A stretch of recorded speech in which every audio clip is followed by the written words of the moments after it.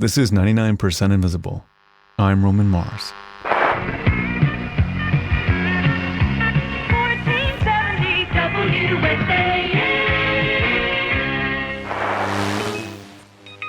The year was 1982, and on the eastern edge of Pennsylvania, in the small city of Allentown, sat an AM radio station called WSAN.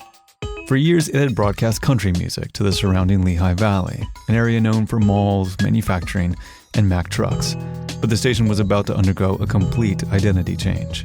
Well, WSAN was coming off being a country station and becoming a nostalgia station. This is Ned Teeter. He was a DJ at WSAN at the time. And he says that as the station transitioned to nostalgia, meaning big band and soft hits from the 50s, they wanted a gimmick to hook new listeners, something to lure people to the sweet sounds of the Andrews Sisters and Perry Como. So you had FM radio stations playing music with really nice fidelity, and then you had us playing music, so you had to be a little bit different. So, they're shutting up and playing the hits.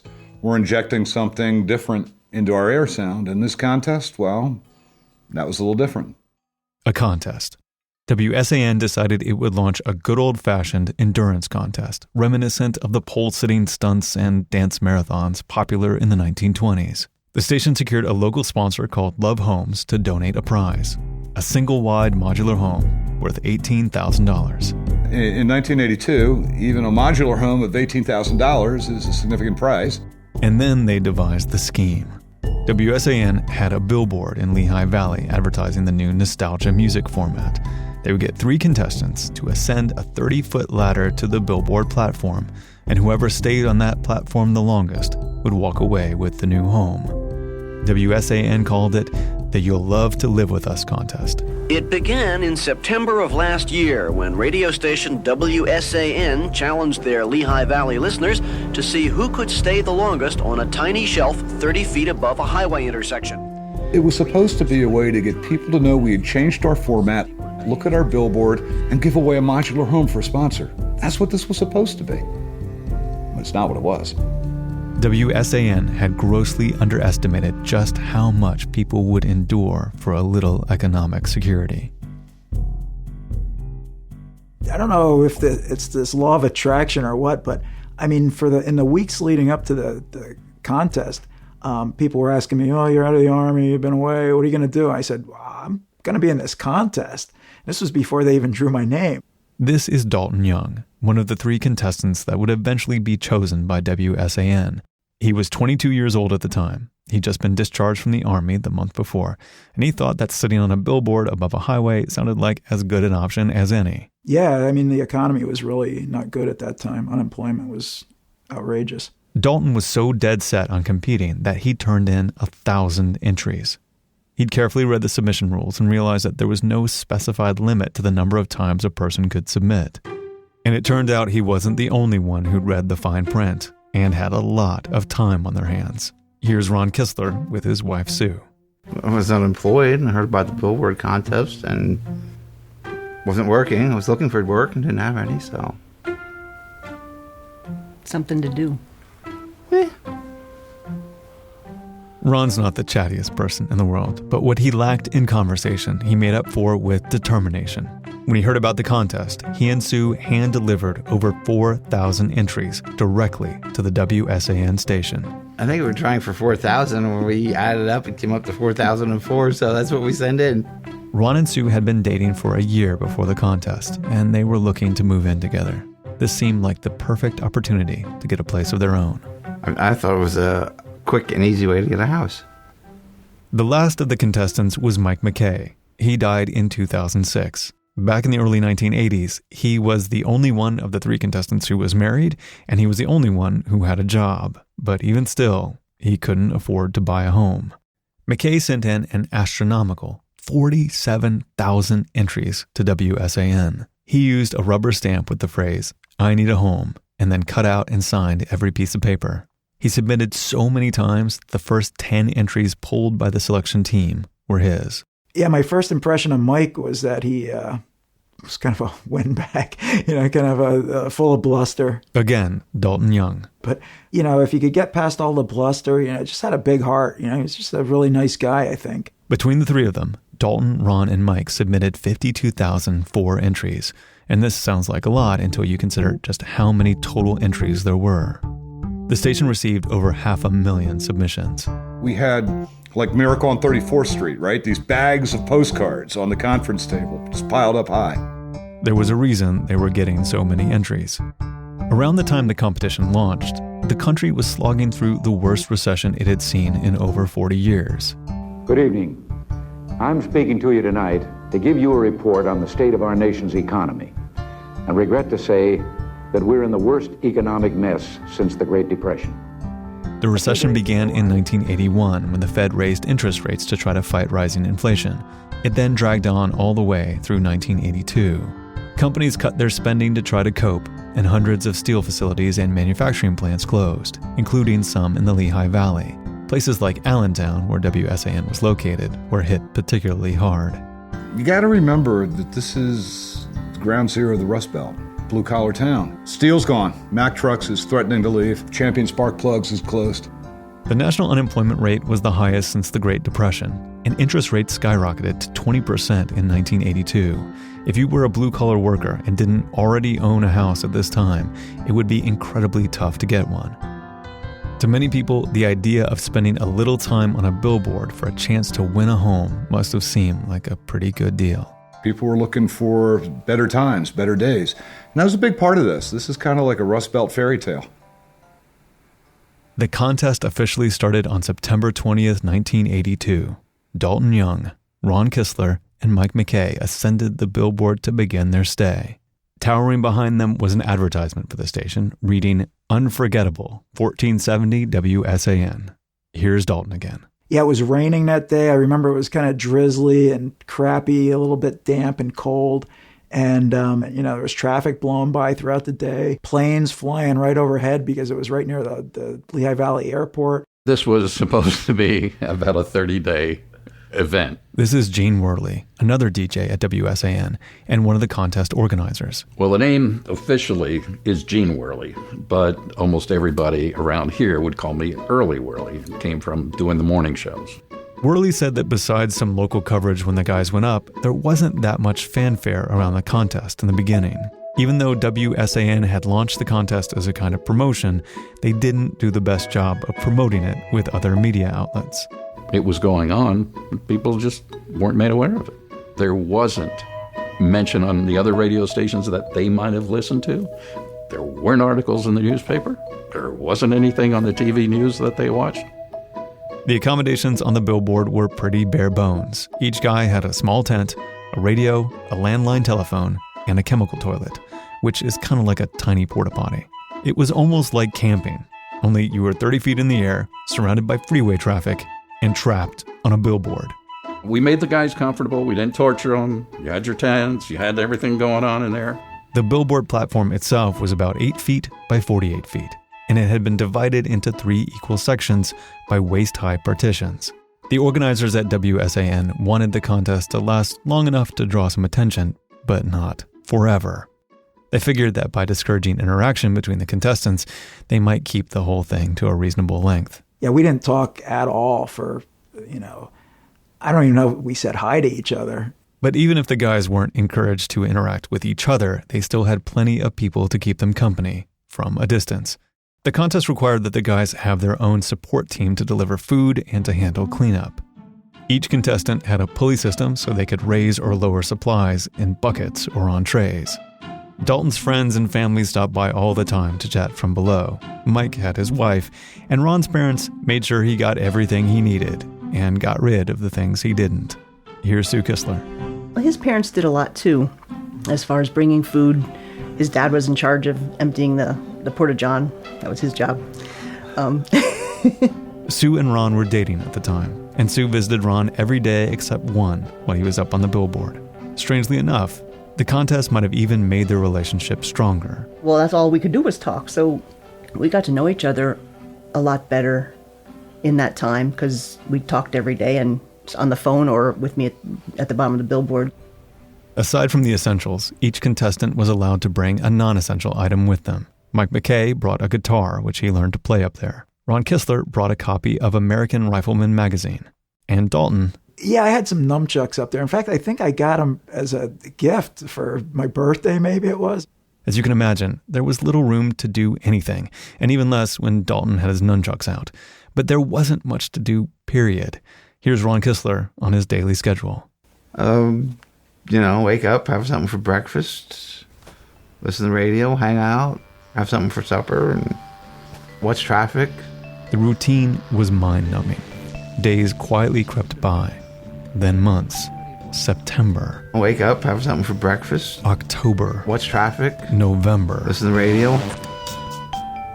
But if they were listening to the radio in November, they might have heard a new song. One that would help transform their sleepy lives up on the Billboard into something much bigger and stranger. The song was by Billy Joel. Well, we're living here in Allentown, and they're closing all the factories down. In November of 1982, the song Allentown started climbing the Billboard charts, and it happened to be about the very town where WSAN was located. The song painted a vivid portrait of the economic hardship working-class families were going through at the time.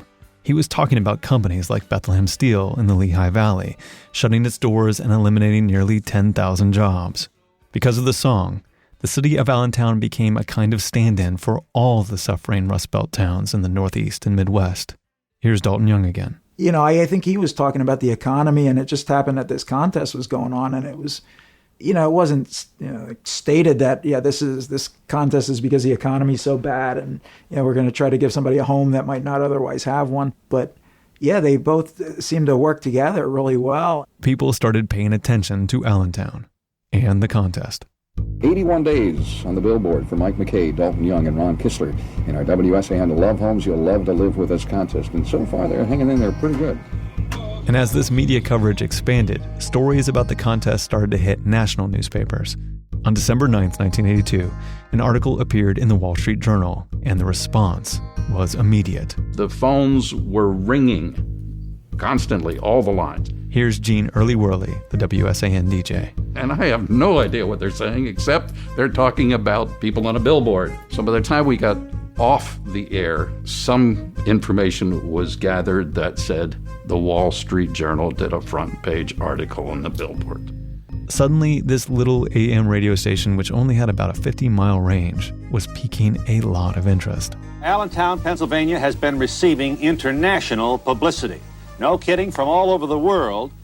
And before social media and really even before the internet, some stories just did that, and you didn't even really know how. This is Betsy Morris, the staff reporter at the Wall Street Journal who wrote that article. Morris didn't expect the story to catch on like it did. Because of her story, Dalton, Ron, and Mike were fielding questions from People magazine, Rolling Stone, and Phil Donahue about their extended stay on the Billboard. Dalton even remembers getting calls from Japan, New Zealand, and France on the landlines that they had up on the board. A French magazine ran a story in France about the contest, and for whatever reason, they put each of our phone numbers in the article. So all of a sudden, we're getting like 100, 150 calls a day from French people. You have no idea when you're writing stories which ones are going to hit a nerve. I mean, it was interesting to look back and see all that paparazzi outside the Billboard later. But looking back, Betsy Morris understood why this particular story resonated. Then President Ronald Reagan had referred to America as the shining city upon a hill. But life was so hard in that shining city that 3 men had confined themselves to a billboard for months, all for a chance to win a home. There was something dystopian about it. I mean, the American dream was really shaky at that point. And while the guys on the Billboard never said they felt exploited by the radio station, an air of desperation did begin to seep into the contest as the months went by. How long do you think you'll be here? Oh, maybe 2 years. I don't know. Depending on that, mostly. I'm sorry, run that by me again? I'd say probably 2 years. Maybe a year and 9 months. A year and 8 months. Come down for summer of '84, because I'm a summer person. They asked us how long we would stay up there, and I said, well, I don't know, 2 or 3 years. And I really meant it. That wasn't just bravado, but I figured, okay, in order to save enough to get an $18,000 home, what would I be willing to invest in time? And I thought 2 to 3 years. When December and January arrived, it started getting colder. The lowest recorded temperature was 0 degrees Fahrenheit, so the guys were giving portable heaters to keep them from, dying. A huge snowstorm shut down the entire city, but it didn't stop the contest. According to Dalton, it was a welcome change of pace. For me, it was a piece of cake. For that, 24 hours or however long, 48 hours till they dug everything out, it was peaceful. It was just so quiet and so peaceful. It was great. Actually, given everything the guys were going through, the isolation, the weather, the boredom, they were holding up surprisingly well. Here's an interview with Ron around the same time. The temperature has dropped to 0. Most snow, 24 inches. You must be talking to yourselves. But how are you doing psychologically? Oh, I'm fine. Okay. Dalton, Ron, and Mike all made it through the winter and lasted into the spring. At this point, they'd spent Thanksgiving, Christmas, New Year's, and Valentine's Day away from their families. And still, nobody intended to come down. And then finally, in March of 1983, after 6 months of basically nothing happening, something happened. It was one morning, there was a guy out talking to Ron and Mike. A stranger that Dalton hadn't seen before was down below the billboard chatting with the guys. He casually struck up a conversation with Dalton, telling him that he was also a veteran. And we were talking about our experiences in the military and some of the partying we had done. And he at some point asked me if I got high, and I said, yeah, I thought at that point, we had some sort of a bond, yeah, sure, I get high. I mean, he was on a billboard for 6 months. He asked me if I could get him some, and I said, well, I have a little I could part with. So I stuck it in a cigarette pack and dropped it down to him. Dalton lowered down 2 joints, and the stranger thanked him with a $20 bill. I said, look, man, really, just take it, He said, no, I insist. And I thought, well, $20, I'm not going to turn it down, I get a phone call early in the morning, probably before 5 o'clock. This is Mike Kreisa, executive director of the HGF Group, the company that was funding the contest. He remembers getting a call from a contest organizer saying, you're going to have a good time telling the boss this one. Dalton got busted for drugs. I says, what? I says, how can he be selling drugs from, 20, 30 feet up on a billboard?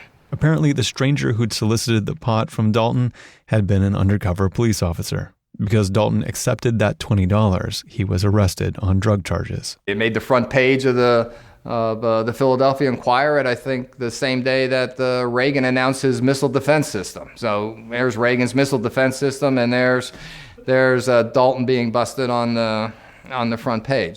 Dalton was knocked out of the competition on day 184.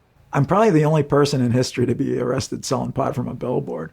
And yes, there were plenty of rumors that Dalton had been set up. Maybe one of the other guys reported him to the police, or maybe one of the contest sponsors wanted to speed along the end of the contest.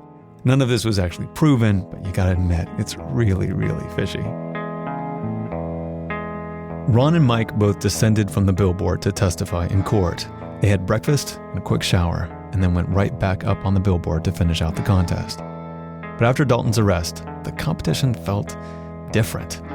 Here's Ned Teeter again, one of the WSAN DJs. We have this contest, and these people are becoming everyman heroes. And it's a great story. It's heartwarming. And then over 2 joints of marijuana, Dalton gets pulled off the board. And I think that's when things changed. I think that's when things went from, how is this thing going to end, to how are we going to end this thing? By this point, the competition had become a huge annoyance for town officials. The town commissioner even described the contest as a hemorrhoid and wanted it stopped. Officials here at Town Hall, equally disillusioned with the contest, have contemplated sending the housing inspector to evict the contestants. The billboard has no plumbing or smoke alarms. And the town's already sent them bills for residency tax, listing the billboard address. But Ron Kistler and Mike McKay had dug their heels in deep. Neither would come down unless they were coming down to a new home. The station had received more publicity than it ever needed, and at this point, it had become a burden. WSAN had the attention of the world, but nothing to say. We were radio guys, not PR guys. not marketing mavens, not really, not on an international or national level. Ron and Mike lasted 2 months beyond Dalton's drug bust before WSAN caved and realized that enough was enough. When it became obvious neither man would quit, and both threatened to stay forever if necessary, the station declared the contest a draw and lured the men down by offering duplicate prizes for each. They had captured the attention of the region when they came down today. On June 7th, 1983, Ron and Mike both stepped down off their respective ladders at the same time. They'd been up on the Billboard for 261 days, nearly 9 months. And in that entire time, they had taken only one shower. I'm very happy with the prizes. The station had received some criticism around the contest. People had accused them of exploiting the guys. So WSAN actually upped the prizes to try to repair some of the damage done to their reputation. Ron and Mike both walked away with a modular home, a Chevy Chevette, and a free vacation. This wasn't supposed to be this. It wasn't supposed to be this big, international, global, almost year-long thing. The men reacted very differently in their post-contest lives. Mike tried to recreate the fame he'd had when he was up on the board. That never really happened, but when he died in 2006, his obituary still referred to him by his preferred nickname, Billboard Mike. He was the guy that you would say, this was my high water mark. This defined me. I think that Mike McKay was the one that loved it the most. He loved being Billboard Mike. At least he made off better than Dalton. I got 6 months probation and a $100 fine. Of course, I do have a felony, so. Ron Kistler's quiet determination, on the other hand, probably got him the closest to that Rust Belt fairy tale ending. He and Sue married shortly after the contest ended. They lived happily in their 2-bedroom modular home for 20 years, raised a daughter in it, and moved on with their lives. At the end of the day, you've got, 3 guys that did something crazy to try and just get a little bit ahead of the world. I mean, remember, these guys weren't looking for a mansion or a jet plane. They're just looking for a start.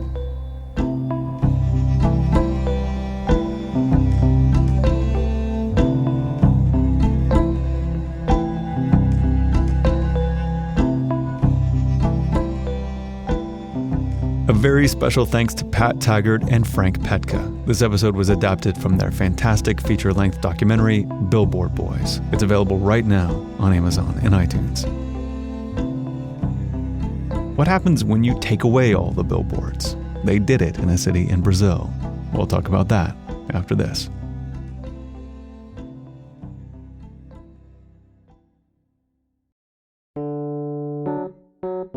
In Allentown, a single billboard became a much bigger sign of the times. What started as a simple radio promotion ended up shedding light on a larger economic and housing crisis. Decades later, something similar would happen in Sao Paulo, Brazil, but this time it was about the removal of billboards that revealed a bigger story, which Kurt Kolstad is here to talk to us about. So in the early 2000s, Sao Paulo was just littered with advertisements, including around 15,000 billboards. Wow. And as this visual pollution got worse, people became increasingly frustrated, at private companies being allowed to basically brand public space. So the mayor comes along and proposes a clean city law to get rid of all kinds of ads. Business signs, posters, bus ads, taxi ads, you name it. It all had to go. Even handing out marketing flyers on the street would be illegal. That is so extreme. Businesses must not have been happy about that at all. Yeah, they really weren't. I mean, this was a city full of ads, and suddenly there would be none. But this proposed law had a ton of public support, and predictably, business leaders fought back. Corporate lobbyists argued that it would be bad for the economy and would compromise real estate values. They also tried to scare people with the idea that public tax money would be needed to remove all the supporting infrastructure, the poles and the scaffolding around these billboards. There was even an argument that commercial graphics were useful as wayfinding devices, helping people navigate the city. Plus, at night, fewer lit up signs would make the city less safe, and so on and so forth. So I guess some of those arguments make some sense, but they all seem to be rooted primarily in self-interest. Absolutely. Yeah. Okay. And in the end, the business advocates lost. The law passed and businesses were given 90 days to comply or to start paying fines. And so the ads started coming down and suddenly the city did look different. And sure, some old architecture was uncovered, which was nice, But pulling down all those ads also revealed some other hidden aspects of the city. And so what kind of things are we talking about here? So stripping away huge billboards alongside major roads, for instance, ended up exposing favelas, entire shantytown neighborhoods that had been visually fenced off by ads. And then on the sides of factories where there were these billboards covering up windows, removing them actually revealed immigrants living where they worked. Essentially, they weren't being paid enough to afford rent. And the absence of ads in general, right? Like sort of this decolorization of the city put a lot of focus on crumbling infrastructure, right? Suddenly kind of thrust that into the spotlight.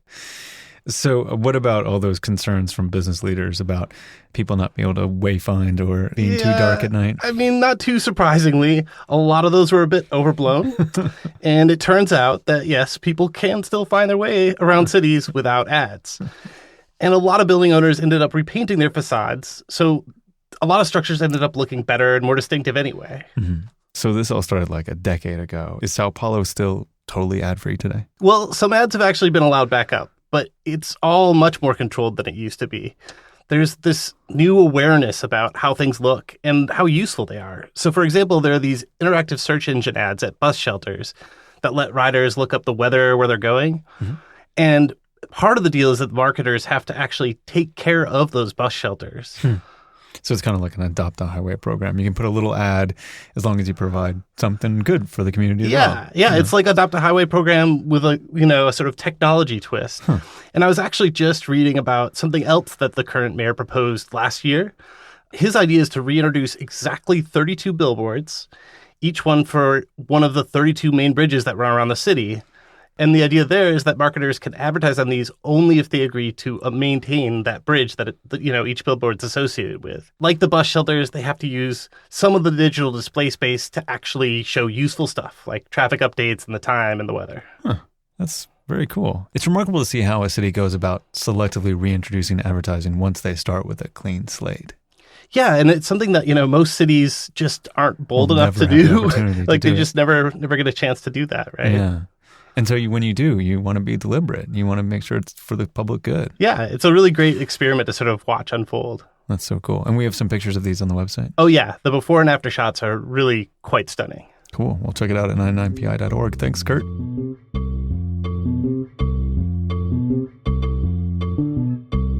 99% Invisible was produced this week by Vivian Lee. Mix and tech production by Sharif Youssef. Music by Sean Real. Katie Mingle is our senior producer. Kurt Kolstead is the digital director.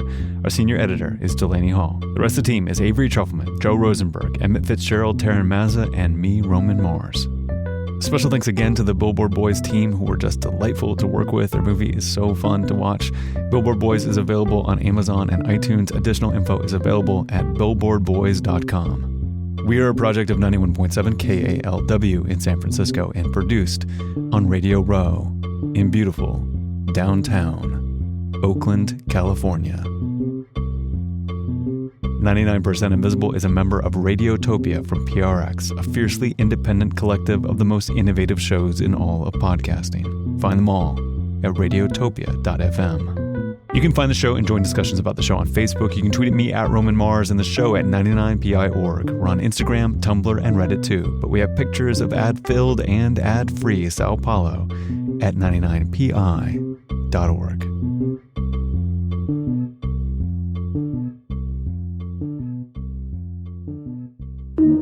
Radiotopia.